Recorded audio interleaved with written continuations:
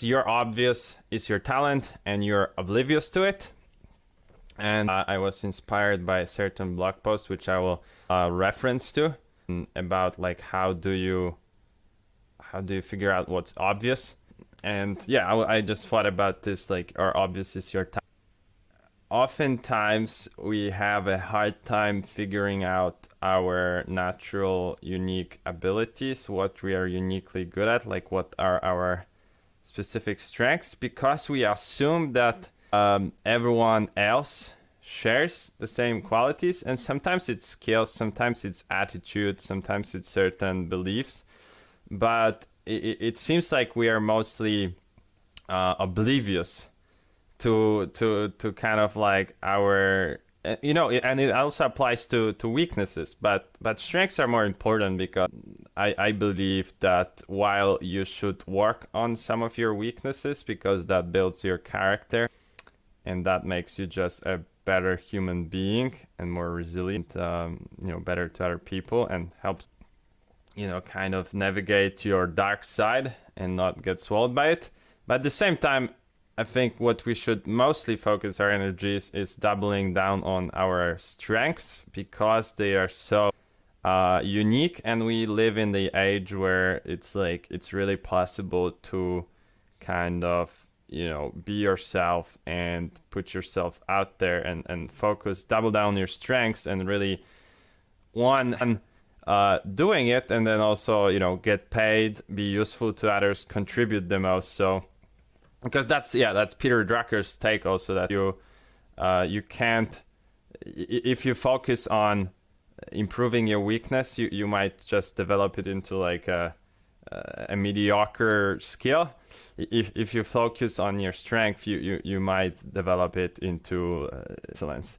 So that's the difference. But the big point here is that each of us holds certain unspoken assumptions, beliefs, and values that guide our perception and action. They make us who we are. Each of us also possesses a certain combination of inherent talents and predisposition that we are often oblivious to. Often we are blind to the most unique and positive aspects of ourselves because we are used to them.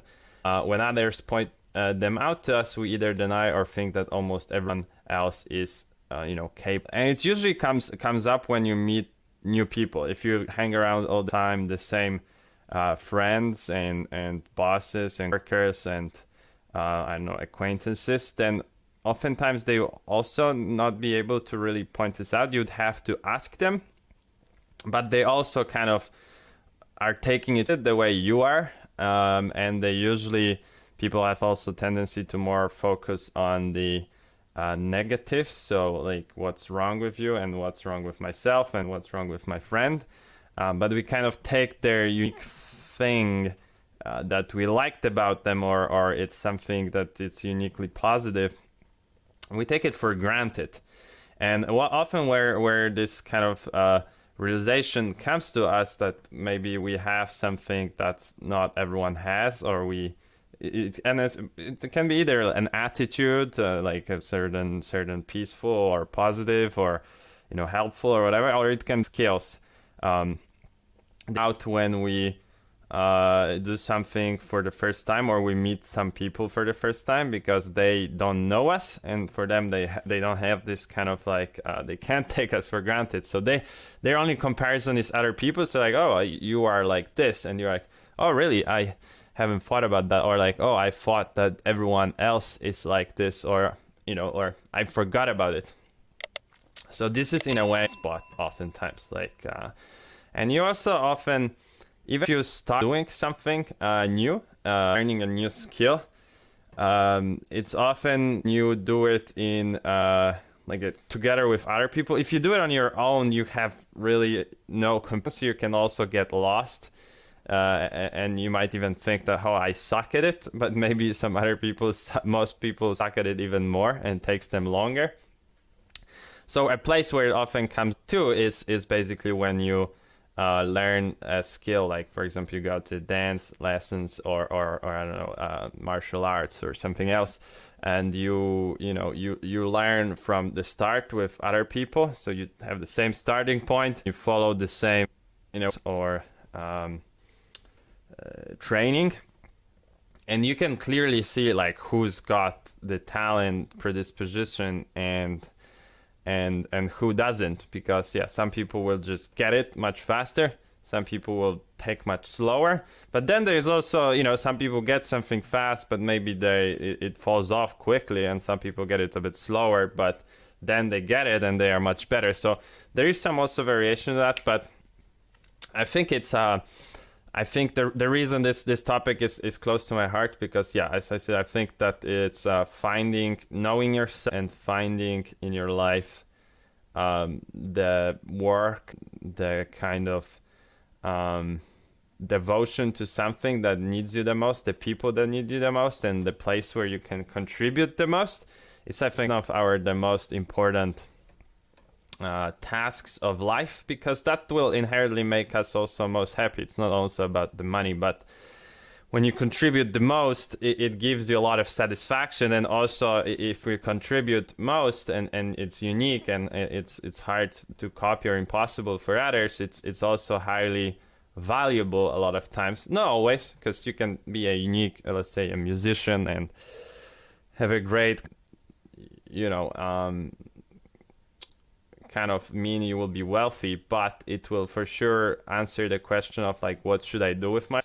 I think one of the good starting points is to try to dig into your obvious, and there are some questions I kind of created. There's probably millions of variations of these you could implement to here, but this is one of my favorites. It's also from Naval. Like, what feels like play to me but looks like work to others? I think it's a very insightful way of looking at things, because that's where you want to be. That's the goal in life. I think it's like doing something that for you it's like play. Like if you were playing, you know, when you're young, you're playing football or playing, you know, games on a computer, but it looks like work to others. So it means that it not just looks, but it is work for others. It's like it's hard, it's difficult, they don't really want to do it. It's and for you, it's like, even though it might be difficult, you have some intrinsic joy and you really want to get better at it. So another perspective on it is like unique ability. I took it, I think, from Dan Sullivan. Talk about the criteria for unique ability. It's like, it's something others tell you you're good at. You never stop improving at it. So yeah, and the second question, what do I see most clearly? What is true for me? What's my blind spot? What don't I see? What am I missing? What's missing from the picture? Where am I taking my talent for granted? What do I believe that most people would disagree on? What is hidden from me and evident to others as if it is illuminated? What comes easily to me that doesn't come easily to others? So yeah, I leave you with those questions to ask yourself, and hopefully it will help you, you know, even slightly narrow down or think from a different perspective, or like, what could I do? What could I contribute? Could I contribute the most? What combination of that? What do I love doing? And yeah, where I could kind of outcompete others. So cheers. Thank you so much for watching. And if you like what you see and you want to support this show, then make sure to subscribe and you will get notified about upcoming videos. Also, if you're interested to learn more about the quest for questions, or want to work with me on marketing strategy or your personal brand, then head over to konradyerba.com. And also there you will find that you can download my book on email marketing and B2B marketing strategy called The Art of War on the Inbox. And in the meantime, let Yerba be with you.